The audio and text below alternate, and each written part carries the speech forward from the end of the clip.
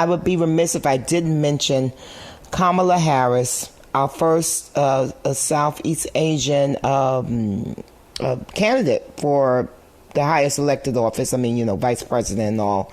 Very big deal. As you know, they've been mocking her name, all the silly Republicans, and which I just think it just means that you're ignorant if you can't say Kamala.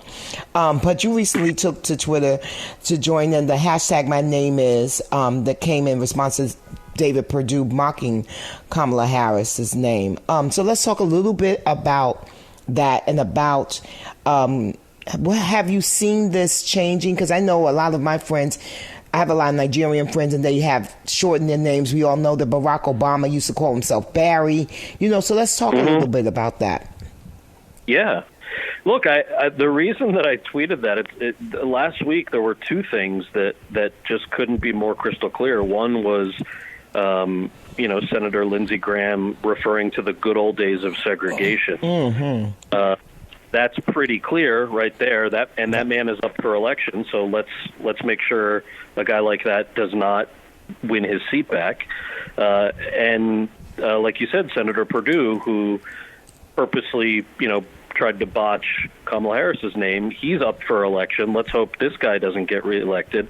I mean, this is very straightforward, and it's not surprising to me. You mentioned that tweet. I mean, the reason I wanted to tweet that was I think and I love that there's a generational divide about this. I think that means it's a sign of progress. But when I started acting, there were plenty of people who I think would consider themselves liberal Democrats who would make the same kind of jokes that we saw somebody like Perdue make, although in his case, those jokes they're based in divisiveness. They're based in a dislike and a desire to not include certain American communities in how they define what it means to be American. That's something I'm used to. I'm used to hearing it from people who consider themselves liberal Democrats in Hollywood, and I'm certainly used to hearing it these days from all of the Republicans.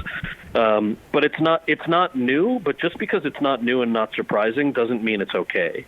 And there's an opportunity for us to be better than that. And I think that's what went into, wanting to make a tweet that was a little bit jokey, but also a little bit real. That let's sure that we don't keep electing people like this. They're clearly racist. They're clearly backward focused, and we all deserve idiots.